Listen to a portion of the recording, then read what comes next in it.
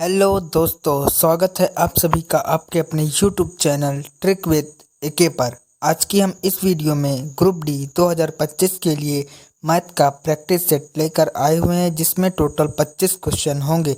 यदि आप ये 25 क्वेश्चन कर लेते हैं तो आपकी तैयारी बेहतरीन चल रही है। तो चलिए दोस्तों, बिना किसी देरी के हम अपनी वीडियो को करते हैं स्टार्ट।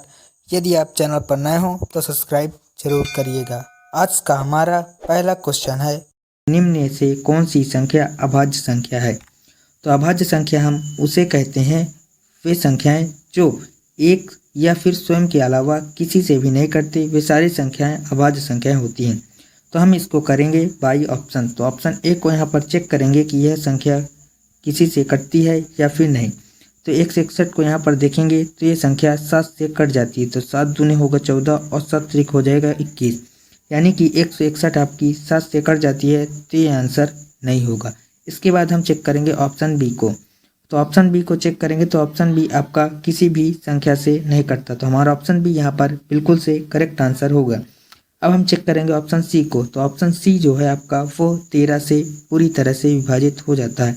13 कम 13 होता है, बचेगा आपका यहाँ पर 13 और 7 तो 9 बचेगा और 13 सत्ते हो जाएगा 91, यानी कि ऑप्शन सी भी नहीं होगा। ऑप्शन डी को यहाँ पर चेक करेंगे तो 437 है। तो 437 आपका 19 से पूरी तरह से कट जाता है, तो ये भी संख्या नहीं होगी। तो इस क्वेश्चन का जो राइट आंसर होगा वो हमारा होगा ऑप्शन नंबर बी।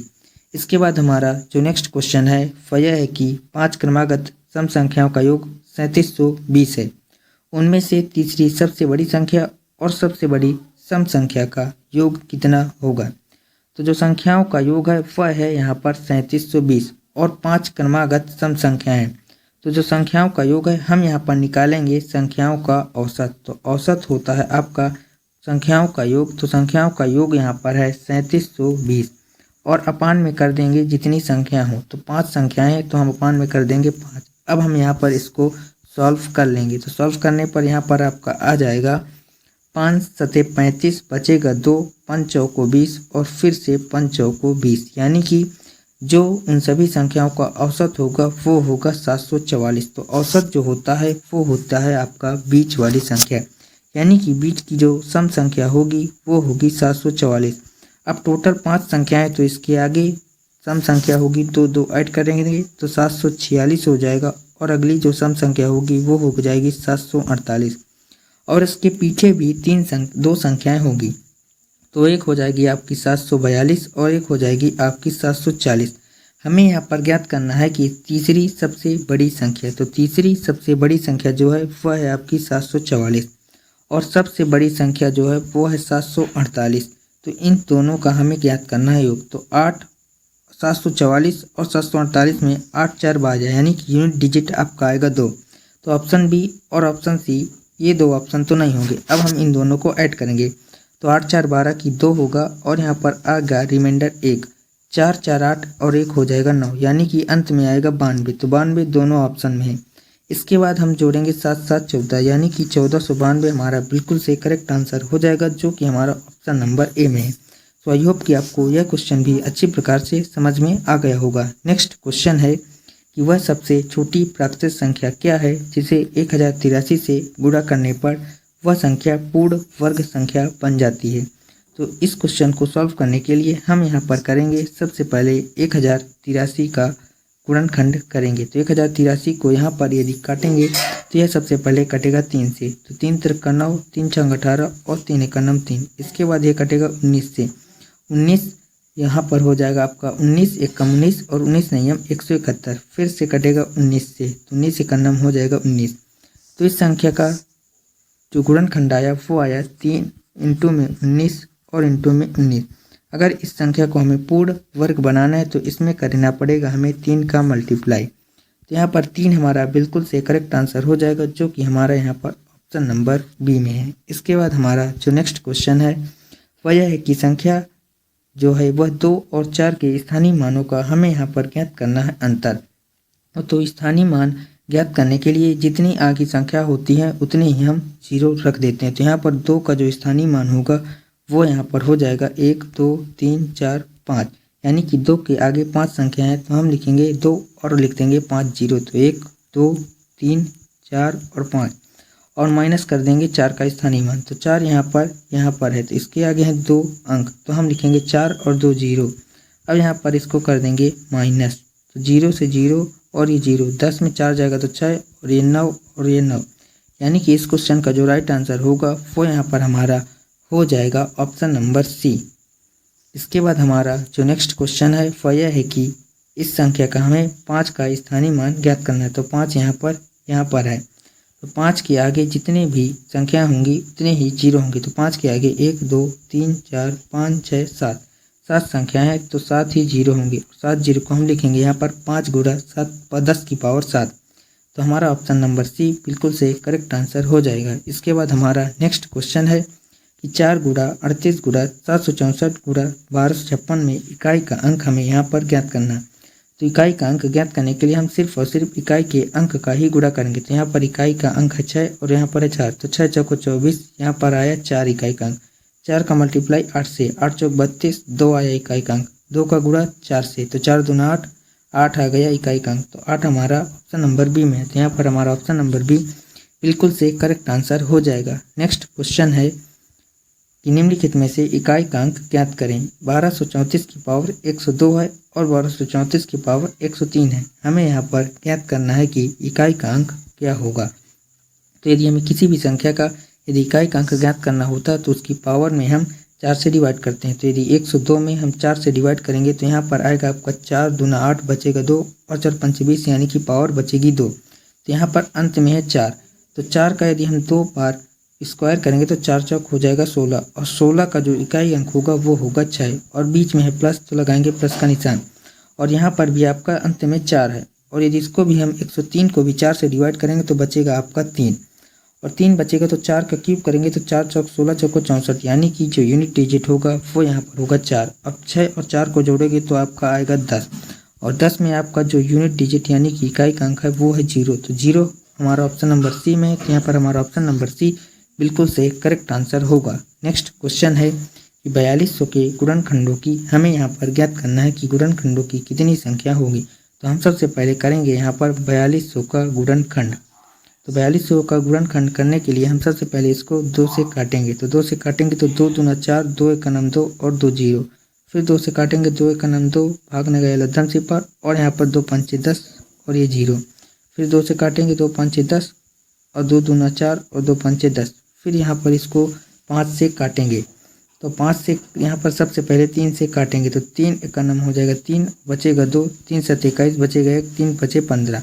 अब इसके बाद हम इसको 5 से काटेंगे तो 5 यह हो जाएगा 15, बचेगा 2, 5 बचा 25। फिर 5 से काटेंगे तो 5 7 35, फिर इसको 7 से काट लेंगे तो ये पूरी तरह से कट जाएगा। तो यहाँ पर जो हमारा मान आया वो आया 2, यहाँ पर आया आपका 3 बार, तो हम लिखेंगे 2 की पावर 3। इसके बाद 3 एक बार आया तो 3 की पावर 1 और यहाँ पर 5 आपका 2 बार आया तो 5 की पावर 2 और 7 एक बार आया तो 7 की पावर 1। अब हमें यहाँ पर ज्ञात करना है गुणनखंडों की संख्या। तो गुणनखंडों की संख्या ज्ञात करने के लिए यहाँ पर जितनी भी पावर है उसमें 1 जोड़ के उन सभी का गुणा करना है। तो यहाँ पर 2 की पावर है 3, तो 1 जोड़ेंगे तो हो जाएगा 4 और गुणा। इसके बाद 3 की पावर 1 है, इसमें 1 जोड़ेंगे तो 2, इसके बाद गुणा। इसके बाद 5 की पावर 2 है, 1 जोड़ेंगे तो 3 और यहाँ पर 7 की पावर 1 है तो 1 जोड़ेंगे तो 2। अब इन सभी का कर देंगे हम मल्टीप्लाई, तो 4 दूना 8, 24 दूना 48, यानी कि 4200 में जो गुणनखंडों की संख्या होगी वो यहाँ पर हो जाएगी 48। 48 हमारा ऑप्शन नंबर ए में है, तो यहाँ पर हमारा ऑप्शन नंबर ए बिल्कुल से करेक्ट आंसर होगा। नेक्स्ट क्वेश्चन है कि 15245 और लिखा फैक्टोरियल में अनुगामी शून्यों की संख्या कितनी होगी। यानी कि यहाँ पर हमें बताना है कि जो इकाई में शून्यों की संख्या है वो यहाँ पर कितनी होने वाली है।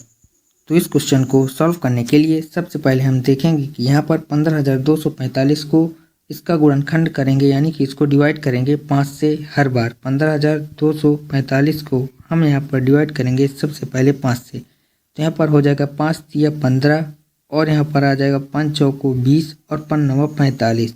ये पूरी तरह से विभाजित हो गया। इसके बाद फिर से 5 से ही काटना है, 5 छक्का 30 और 5 नवा 45। अगर पूरी संख्या नहीं कट रही तो कोई दिक्कत नहीं है, आपको कम से कम बार काटना है और फिर से 5 से काटना है। तो 5 एक नम 5, 1 बचेगा 5 दूना 10 और फिर से 5 एक नम 5। अब हम इसको फिर से 5 से काटेंगे तो 5 दूना हो जाएगा 10, बचेगा 2, 5 चौको 20। फिर इसको 5 से काटेंगे तो 5 चौको 20। अब हमें करना क्या है कि यहाँ पर हमें ज्ञात करना है शून्यों की संख्या। तो हमें यहाँ पर इस 3000 यहाँ से जो भी संख्याएं आई हैं हम इन सभी संख्याओं को जोड़ लेंगे।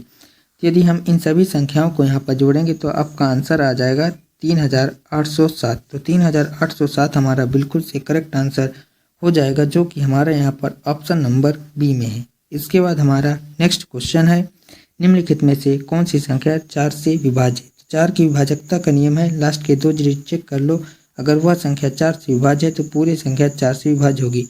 तो हमें यहाँ पर देखते हैं कि ये 24 है, तो ये आपकी 4 से विभाज्य है, तो यही हमारा ऑप्शन करेक्ट हो जाएगा। सो आई होप कि आपको यह क्वेश्चन भी अच्छी प्रकार से समझ में आ गया हो कि 50 लड़कों की एक कक्षा में 15 लड़कों की औसत लंबाई है 163 सेंटीमीटर। तो यहाँ पर जो लड़के हैं टोटल हैं 50, इसमें से 15 लड़कों की जो औसत उम्र है वह है 163 सेंटीमीटर। इसके बाद शेष लड़कों की जो औसत लंबाई है वो है 165 सेंटीमीटर। तो 15 लड़के ये हो गए, तो 50 में से 15 जाएंगे तो शेष लड़के बचेंगे 35, और 35 लोगों की जो औसत उम्र है वो है 165 सेंटीमीटर। तो 165 सेंटीमीटर को हम यहाँ पर लिखेंगे 163 और प्लस में 2 सेंटीमीटर, तो हो जाएगा टोटल 165 सेंटीमीटर। इसके बाद हमें ज्ञात करना है कि सभी लड़कों की जो औसत लंबाई है वह कितनी होगी। तो सबसे पहले हम यहाँ पर इन दो जो लड़के हैं इनका हम निकालेंगे रेशियो। तो 5 यह हो जाएगा आपका 15 और 5 सतह हो जाएगा 35। अब इनका जो औसत है वह 163 यहाँ पर भी है और यहाँ पर भी 163 है, तो आपका 163 लिखेंगे। इसके बाद यहाँ पर जो 7 लड़के हैं उनकी जो औसत उम्र है वो यहाँ पर 2 अधिक है, तो 7 का गुणा 2 से करेंगे तो 7 दूना हो जाएगा 14। अब इसकी जो डिवाइड है वो टोटल लड़कों से करेंगे, तो 7 और 3 यहाँ पर जो टोटल लड़के हैं वो है 10। अब इसकी डिवाइड कर लेंगे तो यहाँ पर आ जाएगा 1.4। अब इस 163 में हम 1.4 को ऐड कर लेंगे तो यहाँ पर हो जाएगा आपका 164.4, यानी कि जो टोटल बच्चे हैं 50 लड़के हैं उनकी जो औसत लंबाई होगी वो होगी 164.4, यानी कि इस क्वेश्चन का राइट आंसर होगा 164.4 सेंटीमीटर, ऑप्शन नंबर 1।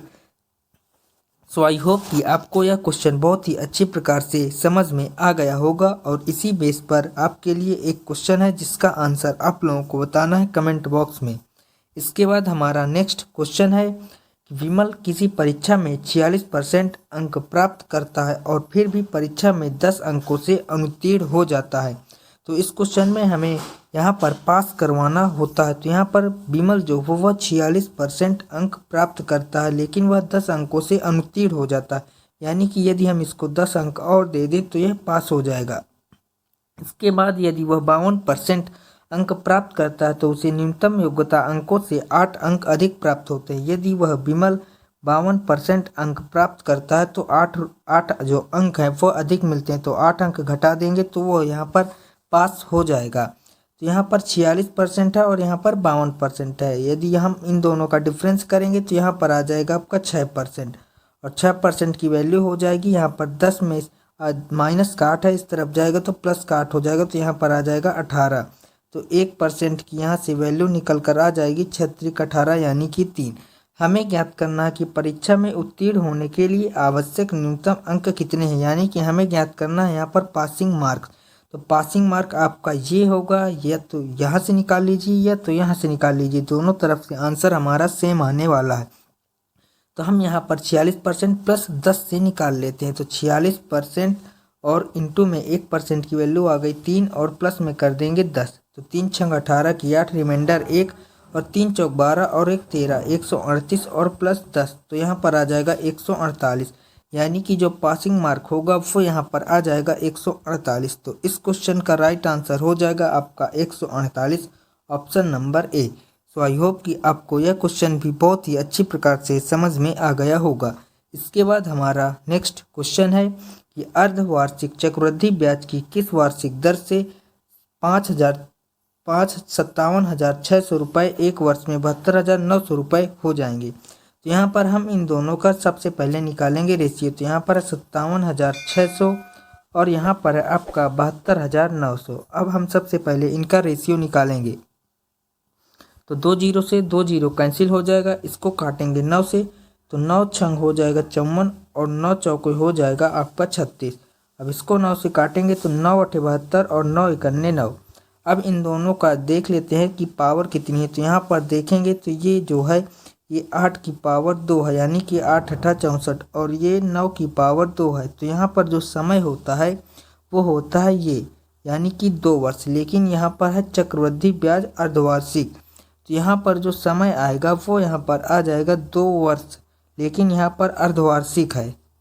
लेकिन हमें इस क्वेश्चन में ज्ञात करना है दर। तो यहाँ पर 8 से होकर हो गया है 9, यानी कि यहाँ पर प्लस में 1 की वृद्धि हुई है 8 में। यदि इसको परसेंट में हम कन्वर्ट कर लेंगे तो हम 100 का गुणा कर लेंगे तो यहाँ पर परसेंट में आ जाएगा आपका 12.5%। लेकिन हमें वार्षिक ज्ञात करनी है तो इसमें हम कर लेंगे 2 का गुणा। तो 12.25% में 2 का गुणा करेंगे तो यहाँ पर आ जाएगा आपका 12 दूना 24 और 25% आ जाएगा, यानी कि इस क्वेश्चन का राइट आंसर होगा 25%। तो ऑप्शन नंबर डी। इसके बाद हमारा नेक्स्ट क्वेश्चन है कि वह सबसे बड़ी संख्या ज्ञात कीजिए जिससे 97, 87, 3755 और 4331 को विभाजित करने पर प्रत्येक स्थिति में शेषफल 11 प्राप्त हो। तो हम यहाँ पर सबसे पहले इन तीनों संख्याओं में से 11 माइनस कर लेंगे। तो 2987 में यदि 11 माइनस करेंगे तो 2976 यहाँ पर बच जाएगा। इसके बाद यदि 3755 में हम 11 माइनस करेंगे तो यहाँ पर आपका बच जाएगा 3744। और यदि हम 4331 में 11 को माइनस कर लेंगे तो यहाँ पर बचेगा आपका 4320। अब निकालेंगे हम इन तीनों संख्याओं के बीच में डिफरेंस। तो हम सिर्फ और सिर्फ इन दोनों संख्याओं के बीच का डिफरेंस ज्ञात कर लेते हैं। तो इन दोनों संख्याओं के बीच का डिफरेंस होगा आपका 576।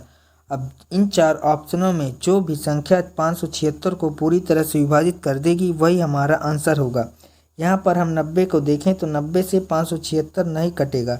इसके बाद हम 94 से चेक करेंगे तो ये 94 से भी पूरी तरह से नहीं कटेगा। और यहाँ पर 92 भी से पूरी तरह से नहीं कटेगा। यहाँ पर सिर्फ और सिर्फ 96 से पूरी तरह से 576 कटता है। तो यानी कि इस क्वेश्चन का राइट आंसर होगा ऑप्शन नंबर डी 96।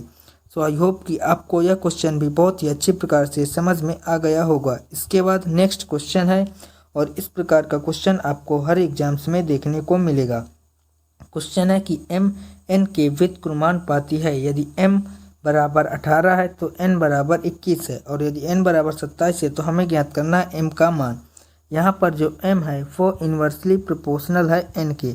यदि हम यहाँ पर इनके बीच में संबंध ज्ञात करें तो यहाँ पर आ जाएगा m1 अपान में m2 बराबर में आ जाएगा आपका n2 अपान में n1। तो यहाँ पर m1 की जो वैल्यू है वो है 18। हमें ज्ञात करना है m2 की वैल्यू और यहाँ पर n2 की जो वैल्यू है वो है 27 और n1 की वैल्यू है 21। यहाँ से हम m2 का मान ज्ञात कर लेंगे और m2 का मान ही हमें यहाँ पर ज्ञात करना है। तो इसको हम काटेंगे सबसे पहले 9 से, तो 9 दूना 18 होगा और 9 त्रिक 27 होगा। 3 से काटेंगे तो 3 सते 21 हो जाएगा और 7 दूना हो जाएगा 14। तो यहाँ से m2 का जो मान आ जाएगा वो आ जाएगा 14, यानी कि इस क्वेश्चन का राइट आंसर होगा 14, ऑप्शन नंबर 1। इसके बाद हमारा नेक्स्ट क्वेश्चन है कि किसी वस्तु को यहाँ पर बेचने पर अर्जित लाभ प्रतिशत उसी वस्तु को इस रुपए से बेचने पर होने वाली हानि प्रतिशत के बराबर है। तो हमें ज्ञात करना है कि 25% पर लाभ अर्जित करने के लिए उस वस्तु को किस कीमत में बेचा जाना चाहिए। तो जब भी आपको इस प्रकार का क्वेश्चन देखने को मिले तो हमें यहाँ पर यदि क्रय मूल्य निकालना है तो हम इन दोनों संख्याओं को यहाँ पर जोड़ लेंगे और उसका डिवाइड कर देंगे 2 से। तो यहाँ पर निकल कर आ जाएगा आपका क्रय मूल्य। तो 3471 को 2577 से यदि हम जोड़ेंगे तो यहाँ पर आ जाएगा आपका 6048 और इसकी डिवाइड कर देंगे 2 से, तो हमारा क्रय मूल्य निकल कर आ जाएगा। तो जब भी हम यहाँ पर 2 से डिवाइड करेंगे तो यहाँ पर 2 तियाँ हो जाएगा 6, 2 दूनी 4 और 2 चौके 8। यहाँ पर आ जाएगा आपका 3024। अब यदि 3024 में हमें यहाँ पर 25% का लाभ चाहिए तो हम यहाँ पर निकाल लेंगे 125%। तो 125% हम यहाँ पर निकालेंगे तो यहाँ पर सबसे पहले 25 से काटेंगे तो 25 चौके हो जाएगा 100 और 25 पंचे हो जाएगा 125। इसके बाद इसको 4 से डिवाइड कर लेंगे तो 4 सते हो जाएगा 28, बचेगा 22, 4 पंचे 20 और 4 छंग 24। अब 756 का 5 से गुणा करेंगे तो 5 छक्का 30, रिमाइंडर आपका आएगा 3 और इन चारों ऑप्शनों में लास्ट में 0 सिर्फ और सिर्फ ऑप्शन नंबर 2 में है। तो यहाँ पर हमारा ऑप्शन नंबर 2 3780 इस क्वेश्चन का राइट आंसर हो जाएगा। सो आई होप कि आपको यह क्वेश्चन भी बहुत ही अच्छी प्रकार से समझ में आ गया होगा। इसके बाद हमारा नेक्स्ट क्वेश्चन है कि 32 श्रमिक 9 घंटे प्रतिदिन कार्य करते हुए एक कार्य को 14 दिन में कंप्लीट कर लेते हैं।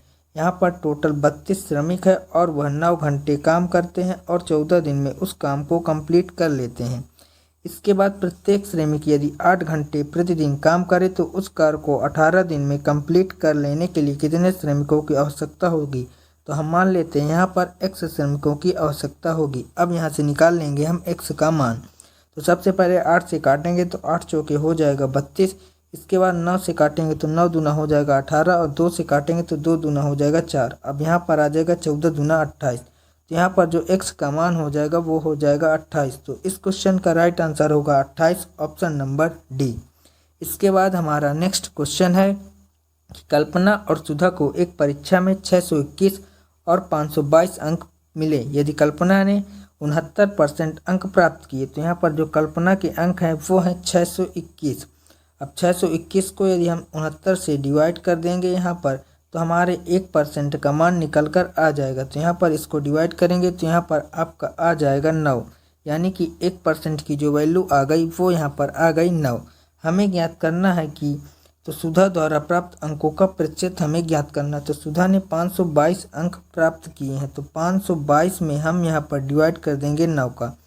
तो 9 पन्ना 45 हो जाएगा और यहाँ पर 45 के बाद यहाँ पर बचेगा 7 और 9 अठे हो जाएगा 72, यानी कि जो सुधा का प्रतिशत है वो आ जाएगा यहाँ पर 28। तो इस क्वेश्चन का राइट आंसर होगा 58%, ऑप्शन नंबर 1।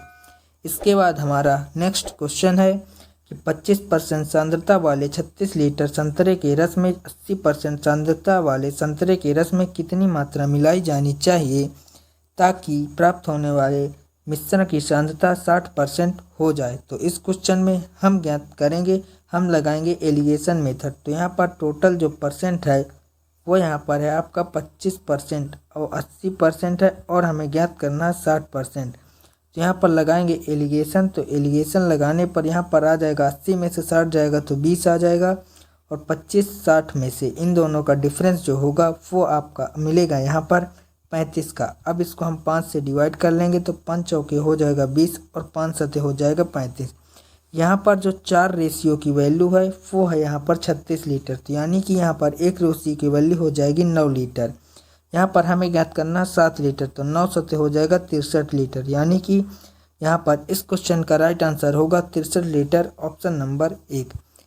15, 30 और 45 मिनट के अंतराल पर क्रमशः 3 घंटियाँ बजती हैं। यदि वे सुबह 8 बजे एक साथ बजती हैं तो अगली बार वह एक साथ कब बजेंगी। और इस प्रकार का क्वेश्चन आपको हर एग्जाम्स में देखने को मिलेगा।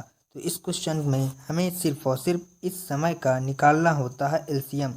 तो हम यहाँ पर निकालेंगे 15, 30 और 45 का एलसीएम। तो हम यहाँ पर 15, 30 और 45 का निकालेंगे एलसीएम। तो सबसे पहले एलसीएम निकालने के लिए इसको हम छोटी से छोटी संख्या से डिवाइड करेंगे। तो 2 से डिवाइड करेंगे तो यहाँ पर आपका जाएगा 15 बार और यहाँ पर 15 नहीं जाएगा और ना ही 45 2 से कटेगा। इसके बाद हम इसको 3 से डिवाइड करेंगे तो 3 पचे होता है 15, फिर से 3 पचे 15 और 3 एकन्नम 3 और 3 पचे 15। इसके बाद हम इसको 3 से फिर से डिवाइड करेंगे तो 3 पचे होगा 15 और ये भी 5 नहीं कटेगा और ये 5 भी नहीं कटेगा। इसके बाद इसको डिवाइड करेंगे 5 से तो 5 एकन्नम 5, 5 एकन्नम 5 और 5 एकन्नम 5 हो जाएगा। अब यहाँ पर जो एलसीएम आ चुका है 2 3 6 त्रिक 18 पंचे 90, यानी कि वे सारी घंटियाँ 90 मिनट के बाद फिर से एक साथ बजेंगी। तो 90 मिनट को हम लिखते हैं 1.5 घंटे, यानी कि 1.5 घंटे के बाद वे घंटियाँ दोबारा बजेंगी। तो यहाँ पर सबसे पहले 8 बजे एक साथ बजती है, यानी कि 8 बजे में हम 1.5 घंटे जोड़ देंगे तो वह घंटियाँ 1.5 घंटे बाद एक साथ फिर से बजेंगी, यानी कि 9:30 बजे वह घंटियाँ एक साथ फिर से बजेंगी। तो इस क्वेश्चन का राइट आंसर होगा 9:30 बजे, option number B. So I hope कि आपको यह क्वेश्चन बहुत ही अच्छी प्रकार से समझ में आ गया होगा। इसके बाद नेक्स्ट क्वेश्चन है और इस प्रकार का भी क्वेश्चन आपको हर एग्जाम्स में देखने को मिलेगा। क्वेश्चन है 350 का 66% प्लस में है क्वेश्चन मार्क, बराबर में है 1256 का 5/8। तो हम यहाँ पर लिखेंगे 350 इंटू में 66%। 66% का मतलब होता है 66 अपान में 100 और प्लस में है क्वेश्चन मार्क, तो क्वेश्चन मार्क की जगह हम मान लेते हैं x। और यहाँ पर है आपका 1256 और इंटू में है 5/8 और हमें यहाँ पर x का मान ज्ञात करना है। तो यहाँ पर एक जीरो से एक जीरो कैंसिल, 5 दूना 10 और 5 सते हो जाएगा 35। इसके बाद 2 से काटेंगे तो 2 तियाँ 6 और फिर से 2 तियाँ 6। इसके बाद हम इसी प्रकार से इस 8 से 1256 को डिवाइड कर देंगे तो 8 का नाम 8, 4 12 45 बनेगा।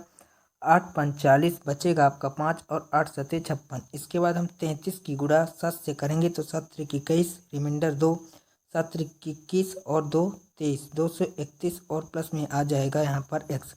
और बराबर में 157 की मल्टीप्लाई 5 से करेंगे तो 5 सते 35, रिमाइंडर 3, 5 5 25 और 3 28 की 8, रिमाइंडर 2, 5 का नाम 5 और 2 7। यहाँ पर आ जाएगा आपका 785। इसके बाद x का मान ज्ञात करने के लिए 2 से 31 को उस तरफ ले जाएंगे तो यहाँ पर हो जाएगा माइनस में, तो 5 में से 1 जाएगा तो आ जाएगा 4, 8 में से 3 जाएगा तो यहाँ पर आ जाएगा आपका 5 और 7 में से 2 जाएगा तो यहाँ पर आ जाएगा 5।